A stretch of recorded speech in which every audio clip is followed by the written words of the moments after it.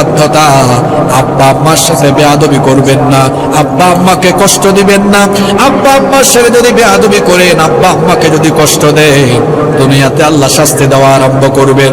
আব্বা আম্মাকে শাস্তি দিবেন, দেখবেন ব্যবসা বাণিজ্যে বরকত কমে গিয়েছে, উপার্জনে বরকত কমে গিয়েছে, কঠিন কঠিন রোগবালাই দুনিয়াবী শাস্তির সম্মুখীন হয়ে যাবেন। আর যদি আব্বা আম্মার খেদমত করে আব্বা আম্মাকে খুশি করতে পারে, দুনিয়াতে বরকত দিয়ে আপনাকে যিনি পরিপূর্ণ করে দিবেন তিনি কে?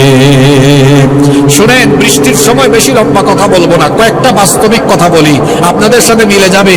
অনেকে আছে 2 ভাই 3 ভাই, মা বাপ আছে, তারা মা বাপকে ভাগ করে। এক পরিবারে 3 ভাই ছিল। একবার 3 ভাই পারিবারিক বৈঠকে বসেছে। বড় ভাই বলতেছে ছোট ভাইদেরকে, দেখো ভাইরা, আব্বা আম্মার খাওয়া দাওয়া, দেখাশোনা, ভরণ পোষণ, চিকিৎসার জন্য চলো আমরা নিজেদের মধ্যে ভাগ বাটোয়ারা বা দায়িত্ব বন্টন করি। আমি 1 মাস, মেজো ভাই তুমি 1 মাস, ছোট ভাই তুমি আর 1 মাস।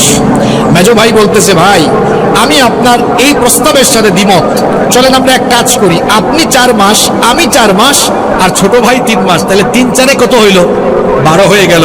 ছোট ভাই বলতেছে বড় 2 ভাইকে, ভাই এক কাজ করি, চলেন, আমি তো আপনাদের ছোট ভাই, তো ছোট ভাই হয়ে আপনারা বড় 2 ভাইকে আমি একটা প্রস্তাব দেই, তো ঠিক আছে দাও। সে বলতেছে, আব্বা আম্মাকে ভাগযোগ করার দরকার নাই, সারা বছর 12 মাস তাদের খাওয়া দাওয়া, ভরণ পোষণ, চিকিৎসার সব দায়িত্ব আমি নিতে চাই। এটা ছোট ভাই হিসেবে আপনারা বড় 2 ভাইয়ের কাছে আমার আবদার বলতে পারেন।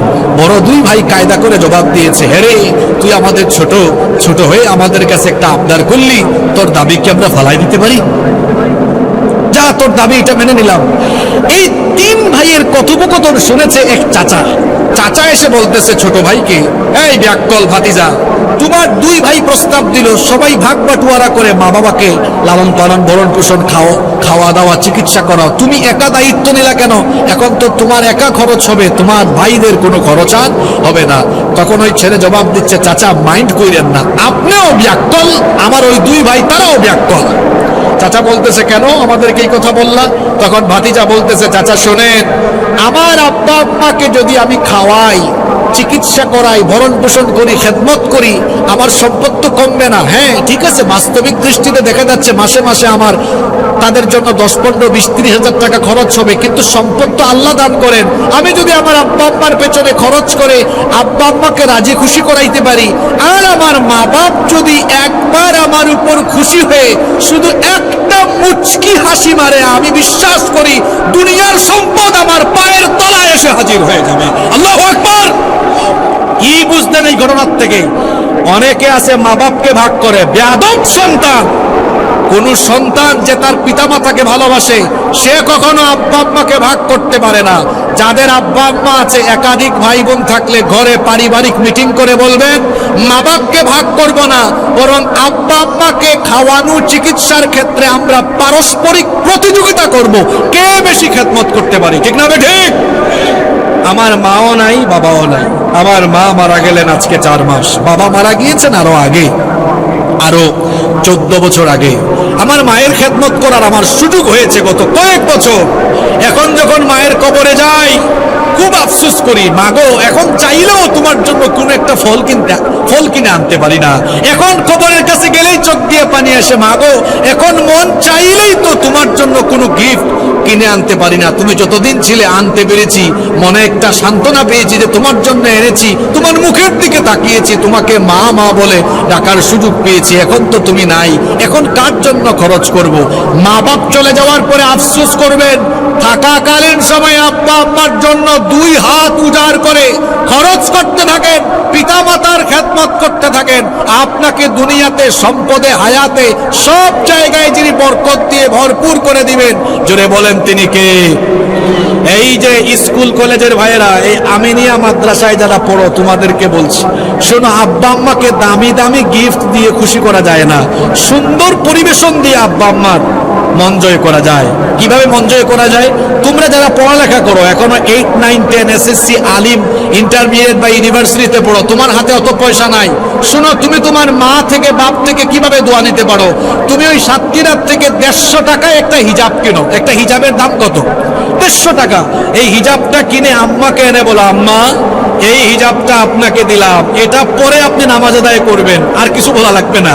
এখন মা যদি এইটা পরে নামাজে দাঁড়ায়, আপনার দেওয়া হিজাব কিনে, বলেন তো হাত তুললে আপনার জন্য দোয়া করতে কি ভুলে যাবে? গিফটটা কি বেশি টাকা? 150 টাকার, কিন্তু কামটা করছেন কি দেখছেন? বাপকে একটা টুপি কিনে দেন, আব্বা এই টুপিটা পরে আপনি মসজিদে যাবেন। আমি আপনাদেরকে বলছি, ঘন ঘন আব্বা আম্মাকে গিফট দিবেন। আচ্ছা বলেন তো, আপনাদের যারা বিবাহিত, আপনারা বাজার থেকে যাওয়ার সময় আপনাদের সন্তানদের জন্য হাতে করে কিছু নিয়ে যান কি যান না? তা আপনি যখন ছোট ছিলেন, আপনার আব্বা আম্মা কি আপনার জন্য এরকম আনতো না? আনতো। এখন তারা বুড়া হয়ে গিয়েছেন, আপনি এখন কি করবেন? বাজার করতে, বাজার শেষ করে বাড়িতে আসার সময় বাবা মার জন্য আলাদা একটা ব্যাগ রাখবেন, লুকাই আনবেন, ওইটাতে কিছু ফলমূল থাকবে। মনে করেন এখন তো বাজারে ডালিম পাওয়া যাচ্ছে, এখন বাজারে এখন তরমুজ এসেছে, তরমুজ পাওয়া যাচ্ছে, আপেল, তারপরে আঙ্গুর, এগুলো আনলেন। এনে মা বাপের রুমে গিয়ে নিজের হাতে খাওয়াই দেন, যে আব্বা মা আমি আপনার একটু খাওয়াই দিই। মা বাপ বলবেন না আমি খাচ্ছি, আপনি বলবেন না না না না না, ছোটবেলায় তো আপনি আমাকে মুখে তুলে খাইয়েছেন, আজকে একটু ফিডব্যাক দিই, আপনাকে এভাবে মুখে তুলে খাওয়াই। মা বাপকে কয়দিন ঘুম পাড়াইছেন রাতের বেলা বলেন? আপনি যখন ছোট ছিলেন আপনি কান্না করতেন, আপনার পিতামাতা কুলে নিয়ে, কাঁধে নিয়ে, বুকে নিয়ে ঘুম পাড়াতো। আজকে আপনার বাবার দাড়ি পেকেছে, চুল পেকেছে, আপনার বাবার কোমরে ব্যথা, হাঁটুতে ব্যথা, পিঠে ব্যথা, কত সমস্যা। গিয়ে বলেন আব্বা আমি মাথাটা টিপে দেই, আমি পিঠটা টিপে দেই, পাটা টিপে দেই। বাবা বলবে না রে বাবা লাগবে না, তুই চলে যা। আপনি বলেন না আব্বা আপনারে টিপে দেই, আপনি ঘুমান, তারপরে আমি ঘুমাবো, একটু টিপে টিপে ঘুম পাড়ান না। বাপ যখন চোখ বন্ধ করে ঘুমাবে মনে মনে বলবে, আল্লাহ আমার ছেলে আমাকে শান্তি করে দিয়েছে, তুমি আমার ছেলেকে দুনিয়ায় শান্তি করে দাও, আখিরাতেও শান্তি করে দাও। আল্লাহু আকবার, আল্লাহু আকবার। এইভাবে করে পিতা মাতার খেদমত করবেন, মা বাবার খেদমত করেন, মা বাবার খেদমত করেন। ভাইরা আপনারা অনেক সময় আমাদের সাথে হাত মিলাইয়া আমাদের হাতে 500-1000 টাকা হাদিয়া দেন, বলেন হুজুর দোয়া কইরেন। ভাইরে আমরা নিজেরাই গুনাহগার, আপনার জন্য দোয়া করলে এই দোয়া কবুল হইতেও পারে, নাও হইতে পারে, 50-50। নিজে গিয়ে আব্বাকে 1000 টাকা দিয়া বলেন আব্বা আমার জন্য দোয়া করেন। বাপ 1000 টাকা পাইয়া যখন বলবে, মা যখন দোয়া করবে, রাসূল বলেছেন 3 ব্যক্তির দোয়া ফিরায় দেওয়া হয় না, তার মধ্যে এক শ্রেণী হলো পিতামাতা যখন সন্তানের জন্য দোয়া করে, আল্লাহ সেই দোয়া ডাইরেক্ট কবুল করেন। সুবহানাল্লাহ। এজন্য আব্বা আম্মার খেদমত করবেন তো। আব্বা আম্মার সাথে যারা বেয়াদবি করেছে দুনিয়ায়, আমার বয়স খুব অল্প, কিন্তু আপনাদের সামনে আল্লাহ কথা বলাবেন, এটা আল্লাহর ইচ্ছা। এই জন্য হয়তো আল্লাহ এগুলো দেখাইছেন অভিজ্ঞতার জন্য। আমি নিজের চোখে দেখেছি পিতা মাতার সাথে বেয়াদবির কারণে বিদেশে ছিল, দেশে ভালো ব্যবসা করত, আজকে সবকিছু হারিয়ে জিল্লতির জীবন, ভিক্ষুকের জীবন গ্রহণ করেছে। এই আগরদারি মাদ্রাসা থেকে বলে গেলাম, যদি কেউ আব্বা আম্মার মনে কষ্ট দেয়, পথে পথে ভিক্ষুকের মতো জীবন যাপন করতে হবে। যারা আব্বা আম্মাকে কষ্ট দিয়েছেন আজকে গিয়ে বাড়িতে পা ধরে মাফ চাইবেন। আব্বা আম্মার মনে আমরা কষ্ট দিব না, আব্বা আম্মার খেদমত করব, আল্লাহ কবুল করেন, বলেন আমিন। পরে কখনো জুলুম করা যাবে না, কারণ জুলুম এত বড় অপরাধ। যদি এই জুলুমের সাথে কেউ সম্পৃক্ত হয়ে জালিম হয়ে যায়, সেই জালিমকে রব্বুল আলামিন দুনিয়া থেকেই শাস্তি দেওয়া আরম্ভ করেন। যে কোনো ব্যক্তি জুলুম করে যখন জালিম হয়ে যায়, তার জুলুমের প্রত্যেকটা বিষয় সম্পর্কে যিনি নজরদারি করেন এবং তার জুলুমের প্রত্যেকটি ব্যাপার সম্পর্কে যিনি জানেন, গলার আওয়াজ বড় করে বলেন তিনি কে? এজন্য রব্বুল আলামিন কোরআনে কারীমের 14 নম্বর সূরা সূরাত ইব্রাহিমের 42 নম্বর আয়াত থেকে বললেন, ওয়ালা তাহসাবান্নাল্লাহা গাফিলান আম্মা ইয়া'মালুয যালিমুন ইন্নামা ইউআখিরুহুম লিয়াউমিন তাশখাসু ফীহিল আবসার। আল্লাহ তাআলা বলছেন, তারা যেন এই কথা মনে না করে, জালিমরা যেন এটা না ভাবে যে তাদের জুলুম সম্পর্কে আল্লাহ গাফেল, তাদের জুলুম সম্পর্কে আল্লাহ বেখবর। বরং জালেমরা যেন এটা জেনে রাখে, তাদের সকল জুলুম সম্পর্কে যিনি জানেন, যিনি সবকিছুর নজরদারি করছেন, সবকিছু যার চোখের সামনে, জুড়ে বলেন তিনি কে?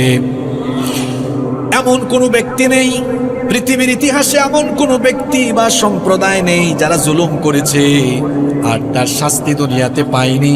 এমন কোন ব্যক্তি বা সম্প্রদায় পৃথিবীতে অতীতেও অতিবাহিত হয়নি। আল্লাহ তাআলা জালিমদের ক্ষেত্রে কিছুটা ছাড় দেন, অবকাশ দেন, কে আল্লাহ তাআলা তাদেরকে ধরেন না। যখন আল্লাহ ধরেন তখন কিন্তু আর ছাড়েন না।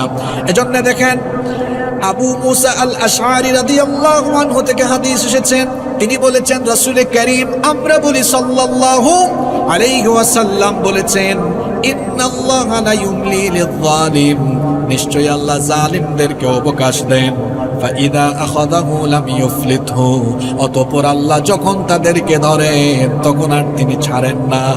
এরপরে আল্লাহর নবী এই আয়াতটা তেলাওয়াত করলেন, ওয়া কাযালিকা আখযু ربك إذا أخذ القرى وهي ظالمة إن أخذه أليم شديد। আল্লাহ তাআলা বলছেন এইভাবে করে তোমার রব যখন কোন জালিম সম্প্রদায়কে ধরেন তখন ছাড়েন না, কঠিন শাস্তির সম্মুখীন তিনি করে থাকেন। কোরআনে কারীমের 22 নম্বর সূরা সূরাতুল হাজের 45 নম্বর আয়াত থেকে আল্লাহ বলছেন, ফাকাআইয়িম মিন ক্বরয়াতিন আহলাকনাহা ওয়া হিয়া যালিমাতুন ফাহিয়া খাওয়িয়াতুন আলা উরুশিহা ওয়া বি'রিম মুআত্তালাতিন ওয়া কসরিম মাশীদ। আল্লাহ তাআলা বলছেন অতঃপর অনেক সম্প্রদায়, অনেক এলাকা এমন ছিল যার অধিবাসীরা ছিল জালেম। আল্লাহ তাআলা তাদের জুলুমের কারণে যখন তাদেরকে পাকড়াও করেছেন, তাদের বাড়িঘরের ছাদকে আল্লাহ ধ্বংসস্তূপে পরিণত করেছেন, তাদের এলাকার কূপগুলোকে আল্লাহ পরিত্যক্ত বানিয়েছেন, তাদের বাড়িঘরকে উল্টায়া দিয়া জমিনের সাথে যিনি মিশিয়ে দিয়েছেন, জুড়ে বলেন তিনি কে? রব্বুল আলামিন কোরআনে কারীমের 29 নম্বর সূরা সূরাতুল আনকাবুতের 40 নম্বর আয়াত থেকে বললেন, ফাকুল্লান আখাযনা বিযামবিহি ফামিনহুম মান আরসালনা আলাইহি হাসিবা ওয়া মিনহুম মান أخذته الصيحة ومنهم من خسفنا به الأرض ومنهم من أغرقنا وما كان الله ليظلمهم ولكن كانوا أنفسهم يظلمون। الله تعالى বলছেন অতঃপর প্রত্যেক জালিমকে আল্লাহ তাদের জুলুম বা পাপের কারণে পাকড়াও করেছেন। এখানে আল্লাহ তাআলা 4 শ্রেণীর ধ্বংসপ্রাপ্ত জালিমদের কাহিনী তুলে ধরেছেন।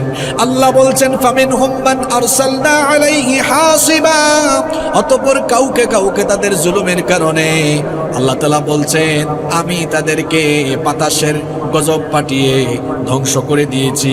ওয়া মিনহুম মান আখাযাতহুস সাইহা, কাউকে আবার বজ্রনিনাদের মাধ্যমে ধ্বংস করেছি। ওয়া মিনহুম মান খাসাফনা বিহিল আরদ, আবার কাউকে তাদের জুলুমের কারণে জমিন উল্টায়া ধ্বংস করে দিয়েছি। আবার কাউকে তাদের জুলুমের কারণে ওয়া মিনহুম মান আগরাকনা, একেবারে ডুবিয়ে দলবল সুদ্ধা ধ্বংস করে দিয়েছে, যেমন ফেরাউন এবং তার দলবল। আল্লাহ বলছেন এইভাবে করে প্রত্যেককেই আমি অতীতে তাদের জুলুমের কারণে পাপের কারণে ধরি নাই, যখন ধরেছি তখন আর ছাড়ি নাই। কাউকে আসমানে গজব দিয়ে, কাউকে জমিনের গজব দিয়ে, কাউকে আবার বাড়িঘর উল্টায়া, কাউকে বজ্রনিনা দে, কাউকে আবার বাতাসের মাধ্যমে, বৃষ্টির মাধ্যমে, কাউকে আবার একেবারে পানিতে ডুবিয়ে, এইভাবে করে প্রত্যেককে তার জুলুমের কারণে প্রাপ্য শাস্তি দিয়ে দুনিয়াতেই যিনি ধ্বংস করে দিয়েছেন। গলার আওয়াজ বড় করে বলেন তিনি কে? সেই আল্লাহ বলছেন খবরদার, এটা হচ্ছে হাদিসে কুদসি, মুসলিম শরীফে এসেছে।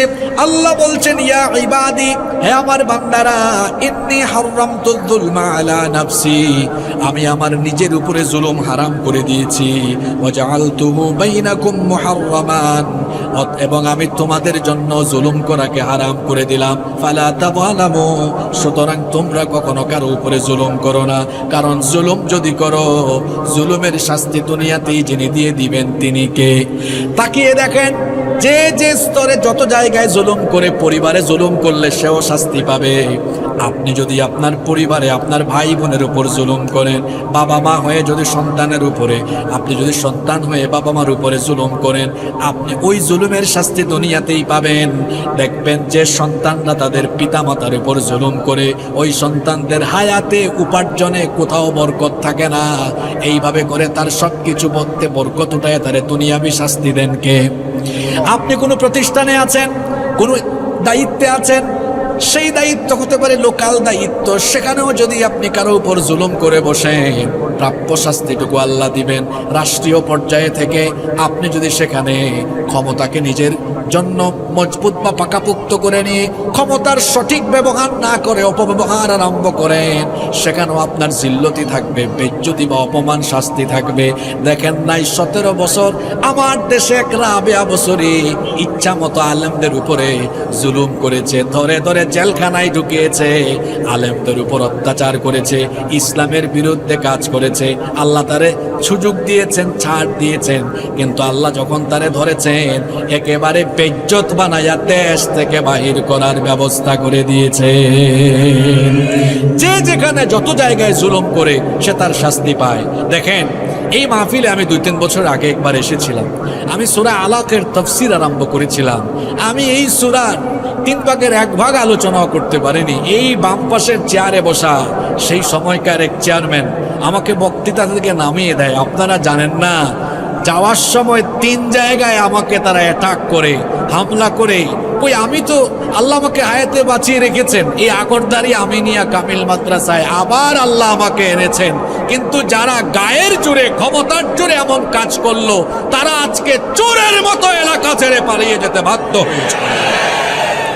তুমি না জানো, আমি তো জানি, আমি কি পাপ করেছি, হায় আমার পাপে করলে বিচার, বাঁচার আমার নাই উপায়, দয়াময় তুমি মাফ করো আমায়, মাফ করো আমায়। এই যে যুবক ভাইয়েরা, গত রাত 1টার সময় দরজা লাগিয়ে দিয়ে গুগল শরীফে, ইউটিউব শরীফে গিয়ে কি আজে বাজে ভিডিও দেখেছেন। গার্লফ্রেন্ডের সাথে কথা বলেছেন, বাপও দেখে নাই, মাও দেখে নাই, ভাই বোন কেউ দেখে নাই। এটা দেখেছেন কে? জোরে বলেন, দেখেছেন কে?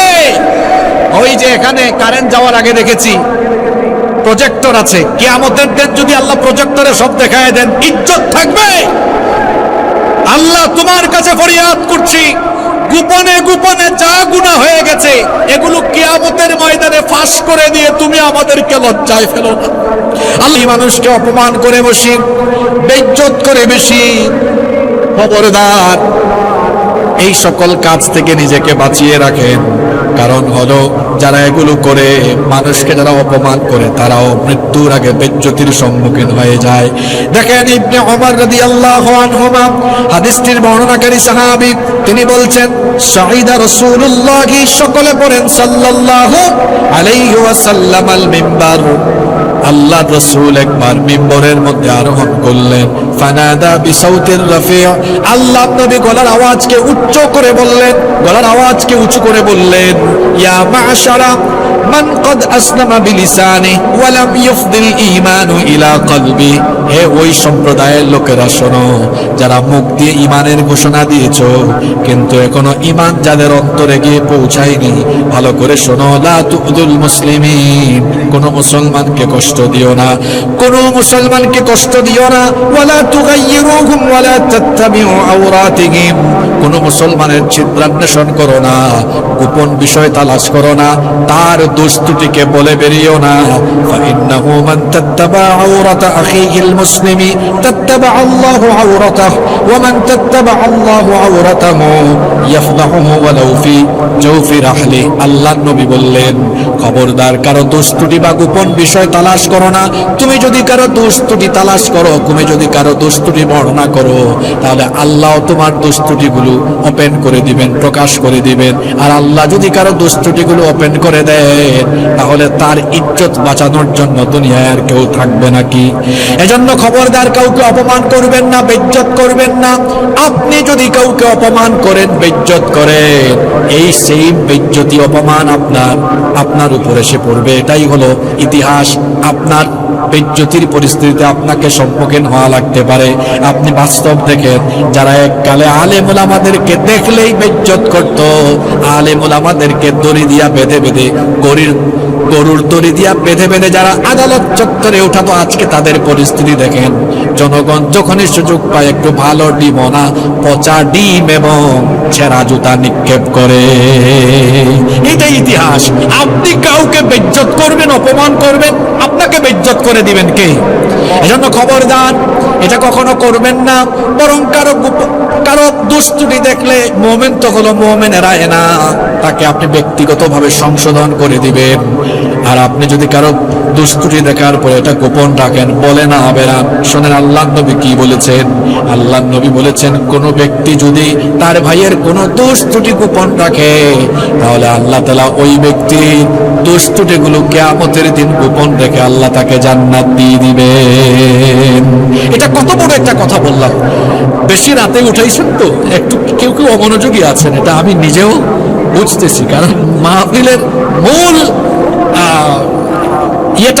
সময়টা হচ্ছে যখন মানুষের মনোযোগ থাকে 9টা সাড়ে 9টা। আবার একটু গুড়ি গুড়ি বৃষ্টিও আরম্ভ হয়েছে। আল্লাহ যেন পরিবেশটাকে সুন্দর করে দেন, বলেন আমিন। আল্লাহুম্মা হাওয়ালাইনা ওয়ালা আলাইনা। এখনো খুব একটা বৃষ্টি পড়ছে না। আপনারা যে যার স্থানে বসে থাকুন, বসে পড়ুন। ইনশাআল্লাহ আমরা আশা করছি মহান আল্লাহ এই পরিস্থিতিকে স্বাভাবিক করে দিবেন, বলেন ইনশাআল্লাহ।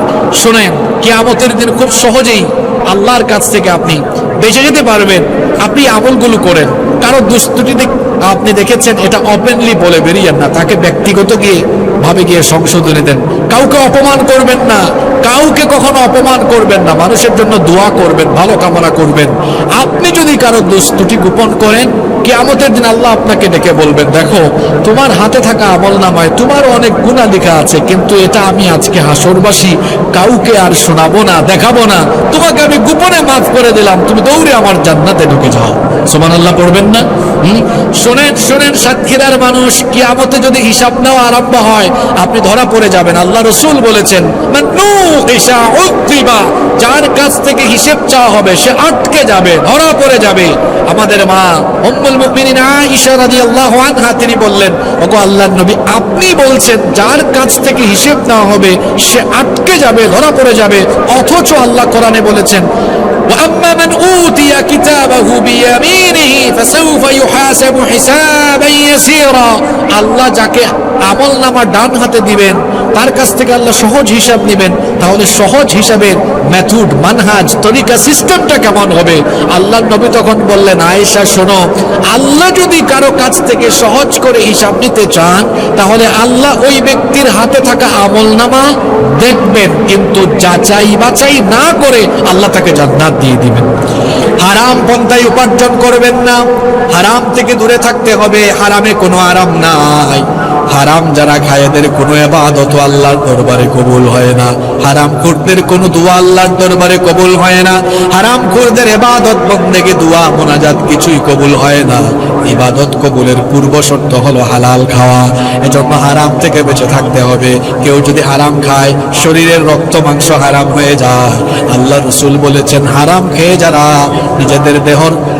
নিজেদের দেহের গোশত, মাংস, হাড্ডিকে হালাল করেছে, রক্তকে হারাম করে দিয়েছে, ওই হারাম খুরের এই দেহ কোনোদিনও আল্লাহর জান্নাতে প্রবেশ করতে পারবে না।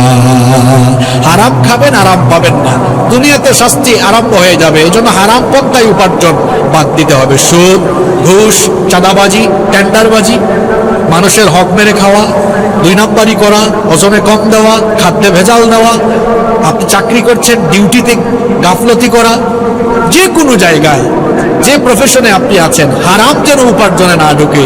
কারণ যদি হারাম ঢুকে যায় তাহলে ইবাদত বন্দেগীও আল্লাহর দরবারে কবুল হবে না।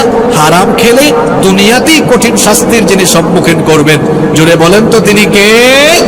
মাইয়াবমাল্লি মা বাইনা লাহিয়াইহি ওয়া রিজলাইহি আদমানু লাহুল জান্নাহ। আল্লাহর নবী বলেছেন, যে ব্যক্তি তার দু চোয়ালের মধ্যবর্তী জায়গা অর্থাৎ জিহবা, দু উরুর মধ্যবর্তী জায়গা অর্থাৎ লজ্জাস্থানের হেফাজত করবে, তার মানে হলো বিবাহ বহির্ভূত হারাম রিলেশন থেকে বিরত থেকে যেই ব্যক্তি তার চরিত্রের হেফাজত করবে, আল্লাহর নবী বলেছেন কিয়ামতের ময়দানে আমি নিজে রসুল নিজে আমি তার জন্য জান্নাতের জিম্মাদার হয়ে যাব। আমরা রসুলের সুপারিশ চাই কি চাই না? আরো জোরে বলেন, চাই কি চাই না? এজন্য আমরা চরিত্রের ব্যাপারে সচেতন থাকবো ইনশাআল্লাহ।